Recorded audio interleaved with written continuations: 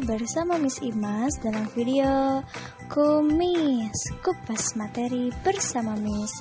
Nah, dalam video kali ini kita akan sama-sama belajar tentang menghargai perbedaan. Dan sebelum kita ke materi, Miss Imas mau menyampaikan tujuan pembelajaran kita hari ini. Nah, setelah menonton video ini, diharapkan teman-teman yang pertama bisa memahami makna simbol sila kedua Pancasila.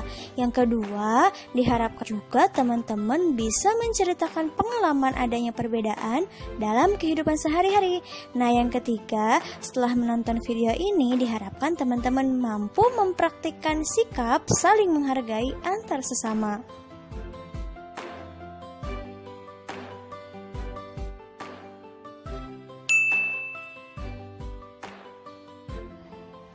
Nah teman-teman, Allah menciptakan berbagai macam makhluk hidup yang berbeda-beda.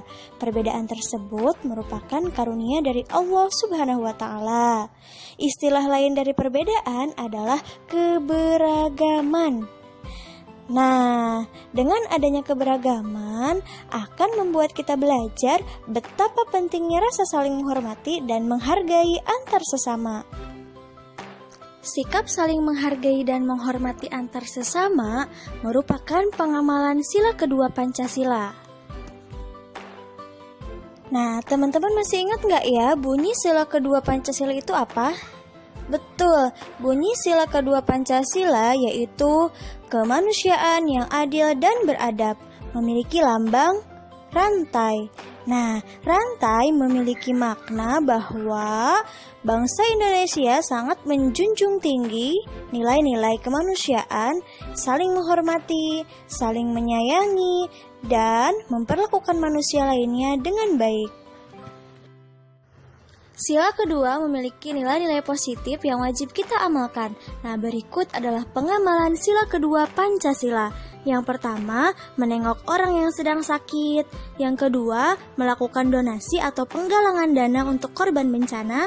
Yang ketiga, bersikap sopan kepada sesama. Yang keempat, tidak menyakiti hati orang lain. Yang kelima, menghormati orang tua dan guru. Dan yang keenam, saling menghormati dan menghargai perbedaan. Nah teman-teman, ada yang tahu nggak ya bagaimana sih cara menghargai perbedaan itu? Nah, berikut adalah cara-cara bagaimana kita menghargai perbedaan. Yang pertama, saling membantu jika ada teman yang mengalami kesulitan. Yang kedua, menghibur teman saat sedih.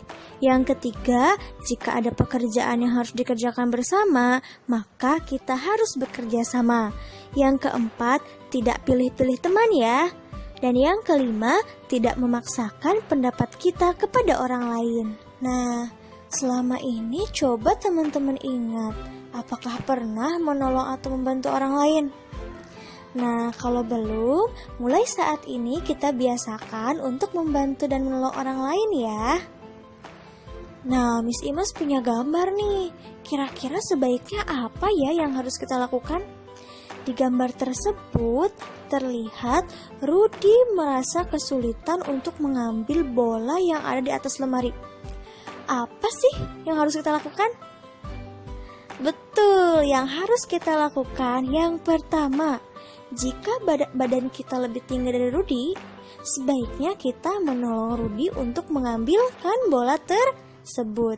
Nah, yang kedua, jika badan kita lebih pendek dari Rudi, yang sebaiknya kita lakukan adalah memanggil teman kita yang lebih tinggi dari Rudi untuk mengambilkan bola tersebut.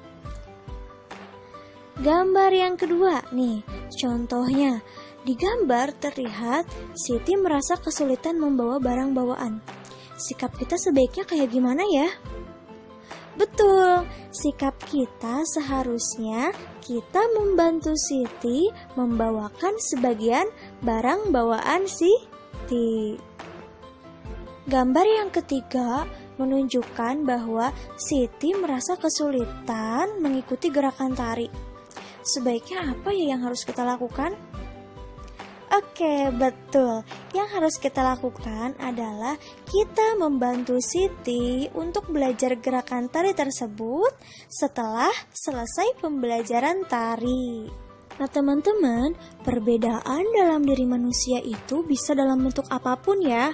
Misalkan perbedaan tinggi badan, berat badan, hobi atau kegemaran, perbedaan makanan kesukaan, perbedaan agama, dan lain-lain. Dan semuanya itu merupakan karunia dari Allah yang wajib kita syukuri ya. Contohnya nih, perbedaan makanan kesukaan. Misalnya, Siti sukanya wortel, sedangkan Dayu sukanya brokoli. Edo suka kentang, Beni suka roti, Lani suka ikan, dan Bayu sukanya daging. Nah, perbedaan makanan kesukaan tersebut tidak boleh dipermasalahkan ya, tetapi sepatutnya atau sebaiknya kita saling menghargai makanan kesukaan masing-masing. Contoh perbedaan lain nih dalam hal perbedaan hobi atau kesukaan berolahraga. Contohnya, Siti sukanya lari pagi, sedangkan Lani sukanya berenang. Dayu sukanya lompat tali. Nah, meskipun olahraga kesukaan mereka berbeda-beda, sebaiknya mereka tetap saling hidup rukun ya, dan saling menghargai perbedaan kesukaan atau hobi masing-masing. Nah, contoh perbedaan lainnya yaitu perbedaan dalam hal agama. Di Indonesia sendiri ada 6 agama yang diakui oleh negara. Yang pertama Islam, Kristen, Katolik, Hindu, Buddha, dan Konghucu. Nah, teman-teman bisa lihat sendiri ya di gambar, posisi berdoa tiap agama itu berbeda ya. Nah, semua itu merupakan keragaman yang harus kita hargai dan harus kita syukuri. Nah, teman-teman, ada yang tahu nggak ya, kenapa sih kita harus saling menghargai perbedaan? Nah, betul banget, karena saling menghargai perbedaan itu banyak banget manfaatnya untuk kehidupan kita. Yang pertama, kalau misalkan kita saling menghargai, akan terbentuk kehidupan yang rukun. Yang kedua, tidak akan timbul perselisihan. Yang ketiga, terciptanya rasa saling menghormati. Yang keempat, terbentuknya rasa persatuan. Yang kelima, memberikan keamanan dan kenyamanan dalam melakukan kegiatan. Oke teman-teman, kesimpulan untuk pembelajaran kita kali ini adalah sikap saling menghargai perbedaan merupakan pengamalan sila kedua Pancasila. Allah menciptakan manusia dengan berbagai macam perbedaan supaya kita bisa hidup rukun, saling menghargai, saling membantu, dan tidak memaksakan kehendak kita kepada orang lain. Nah teman-teman, semoga penjelasannya bermanfaat ya. Tetap jaga kesehatan, tetap semangat, tetap belajar. Wassalamualaikum warahmatullahi wabarakatuh. Thank you for watching.